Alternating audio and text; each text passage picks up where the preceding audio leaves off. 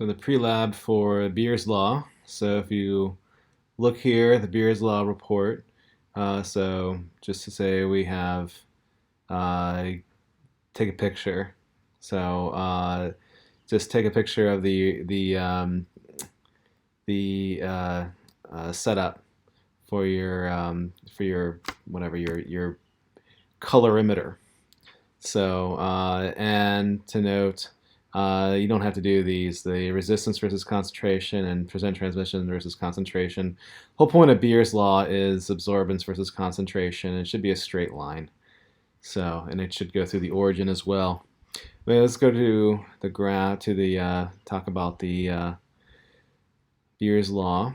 So, a little bit of the exploration. So, we can skip a lot of this. So this experiment's really safe, uses red dye. Let me see if you get the image of well, we're going to use a visible spectrum. Of course, Beer's law works for other wavelengths, but we're primarily looking at the visible spectrum. So we have the Beer's law plot. So this is generally what we're going to do. We're not going to have a cuvette. We're using test tubes. And the nice thing about these test tubes, they have a path length of 1 centimeter, just like the cuvettes will. And you're going to put in the test tubes, and you're going to have light go through there, and some of it's going to be absorbed. And you're going to be recording the resistance going through. So and submit. Here we go. Here's Beer's law. Beer's law, you have on the y-axis absorbance, x-axis concentration, and it's a straight line. And Beer's law here equals absorbance equals the extinction coefficient times the path length times the concentration. Path length of the cuvette, it's usually 1 centimeter. And it's going to be, the path length is going to be the same for each of your samples. So Beer's law is a nice way to figure out the concentration for things. But maybe you've noticed I like to swim, and it's really easy to figure out which end is the deep end of the pool because it's bluer. Why is the deep end more blue than the shallow end? Well, because of the path length. Water absorbs ever so slightly in the red, and we see water then as blue because of the absorption of the red. And the deeper end means longer, more red light is absorbed, so it appears bluer to us.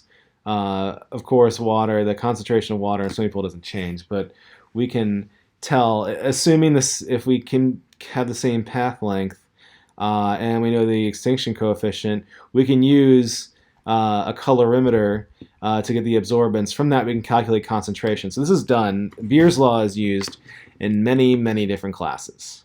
So you will continue to use Beer's law in other classes, other labs as well. Not this quarter, but Beer's law is very commonly used as a way to figure out the concentration of something is.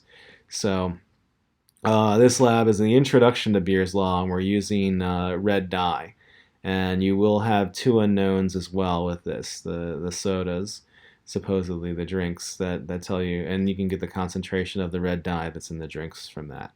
So that's what we're doing with the Beer's law, and there is a bit more with this.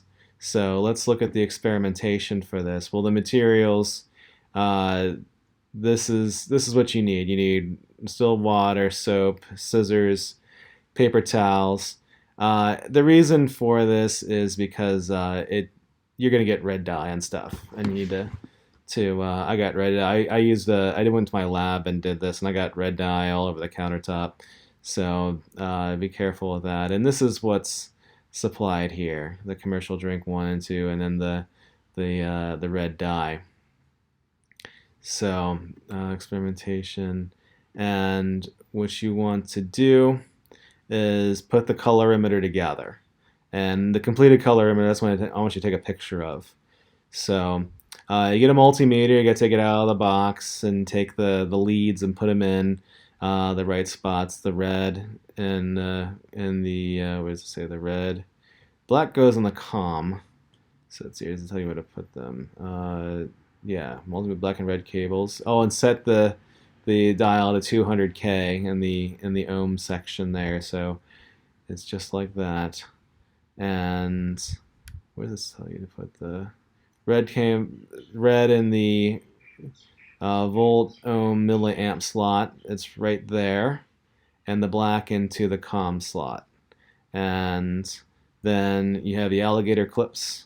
They're in a separate bag, and then you're going to eventually connect them up to the colorimeter. So you take the colorimeter out. It looks like I guess I'm showing my age, a joystick kind of thing. Make sure it's at 0. Take the battery out. Put the battery in. You have to take the cover off the back. Put the battery in and connect it up. And here we go. And then you have the colorimeter, and then you put the wires here in the spot. And now try and keep it off, otherwise it might drain the battery. But then you go and you make your sample preparations.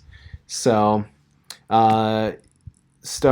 measure 50 milliliters of distilled water into a 10 milliliter glass beaker. You get a 10 milliliter graduated cylinder.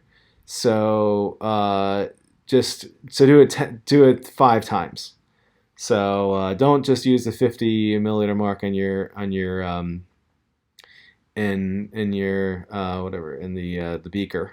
So do this 5 times to get the 50 milliliters. And for the water, there's extra pipettes in there. Pipettes are these kind of bulb things. They're like you have a bulb and like a stem. So there's some empty ones there. That could help you get the the um, the water up to the 10 milliliter. So you can use the pipettes then to put it in there. And then open up the red dye. So be careful when you do this. It can splatter. So try and find a spot that and if you have like white plastic somewhere, like if you have white plastic if you're doing your bathroom or something like that, it'll probably stain it. So just keep that in mind. Maybe put some plastic wrap down or something so that you don't get. And the dye is really safe. But it can stain things. And so now um, add 10 drops of the red dye to the 50. Shouldn't say point 0.5. So add 10 drops to that. Equal to about a half a milliliter, and put in the beaker. And then you can calculate the concentration.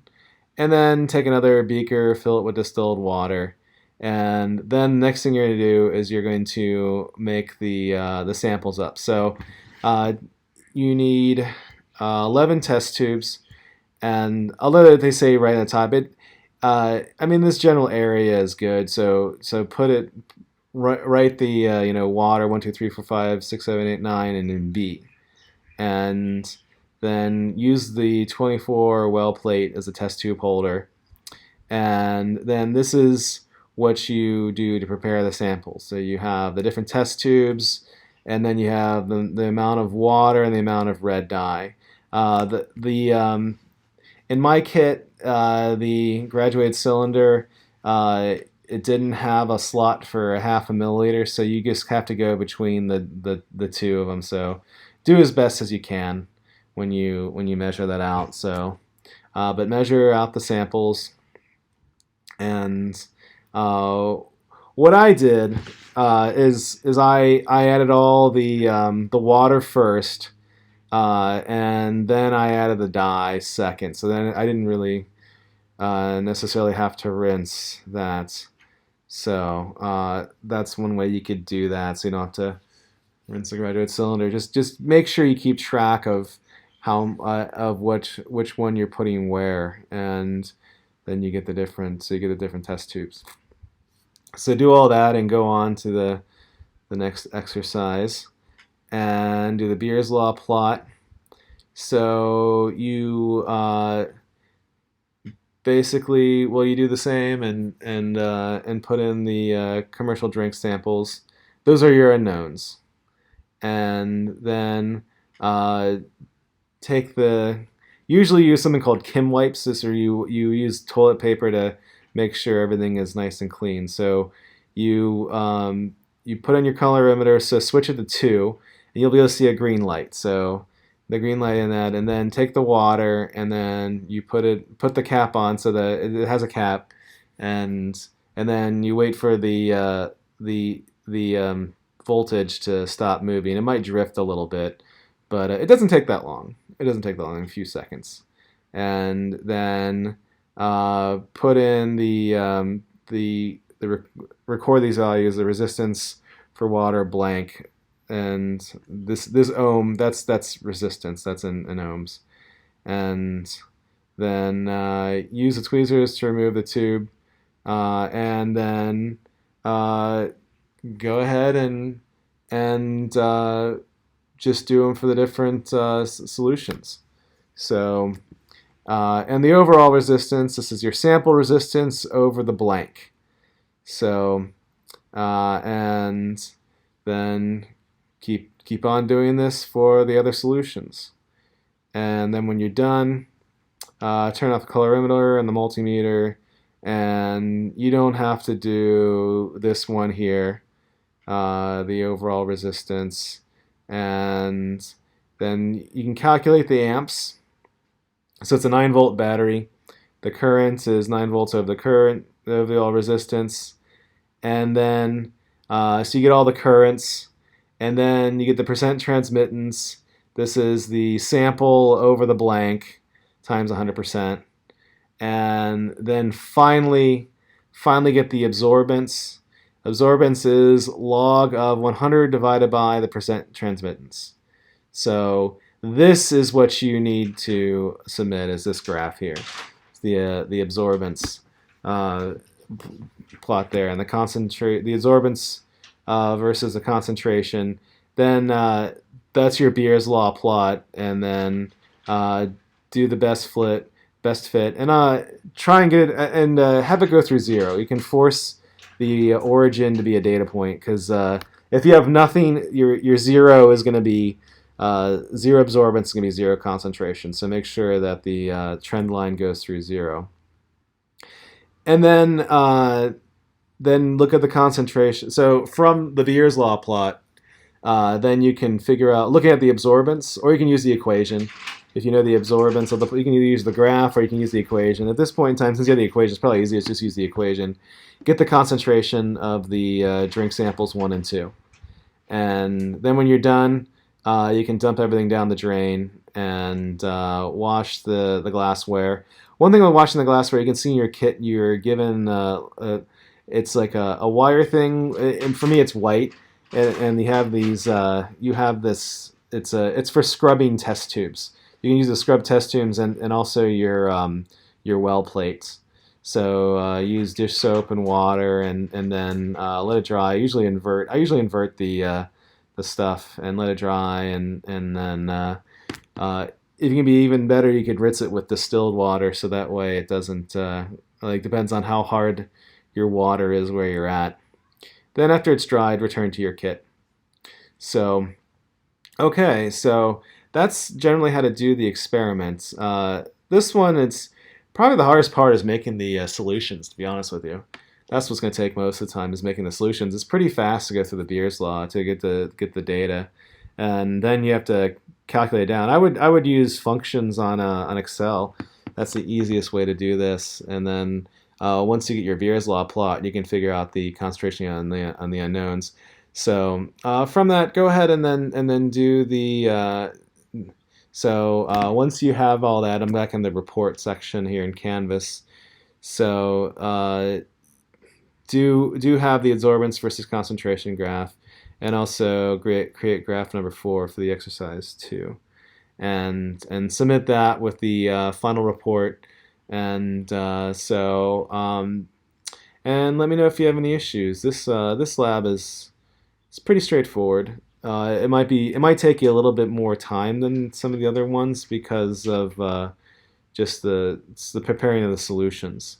And truth of the matter is, you'd probably be using calibrated glassware in the lab. I know we're just using the graduated cylinder, so there's going to be a little bit of an error there. So it's not going to be as smooth as if you used pipettes. But pipettes, I mean calibrated pipettes. I know the bulbs, I'm calling them pipettes, but they're not calibrated.